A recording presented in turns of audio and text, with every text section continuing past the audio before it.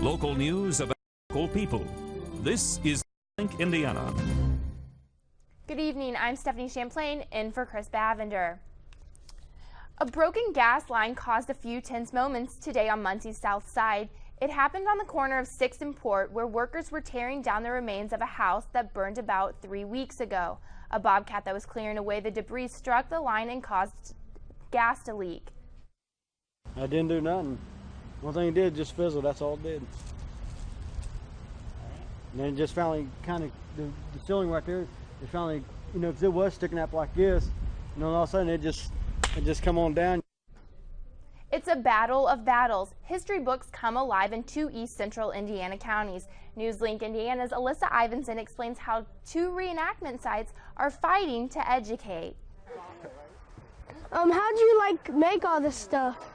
Carmen Singer's 4th and 5th grade class is learning history in a different way. They may forget that textbook, they may forget some of the little facts, but they will not forget the things they're learning here today, I'm sure. Guys, look, here's a fisher. Mississinewa 1812 has been bringing history to life for 17 years. It ain't in a classroom or a building. That's what I'm proud of, and I like it outside. It's good out here. Around 4,500 school kids, most of which are 4th graders, are learning about frontier life firsthand here at Mississinewa 1812 in Grant County. 30 miles away in Blackford County, around 2,700 students, mainly 4th and 5th graders, experienced life during the Civil War. We're not really in competitive situations. We're offering 2 different experiences.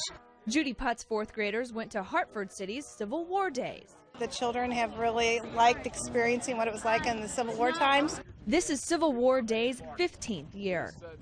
I learned that Abraham Lincoln was the president. Both locations continue reenactments through Sunday. Where can you go in one weekend within 30 miles and see 2 different time periods that are 50 years apart? But how will you decide where to go? So if you come here one day, go there the next day.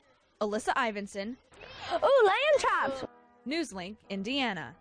For a full schedule of events for both Mississinewa 1812 and Civil War Days, go to newslinkindiana.com.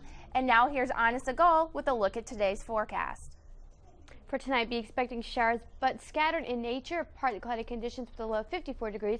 As we head into our day tomorrow, we're going to see showers in the AM hours, but the clouds are going to disappear as we head throughout our day.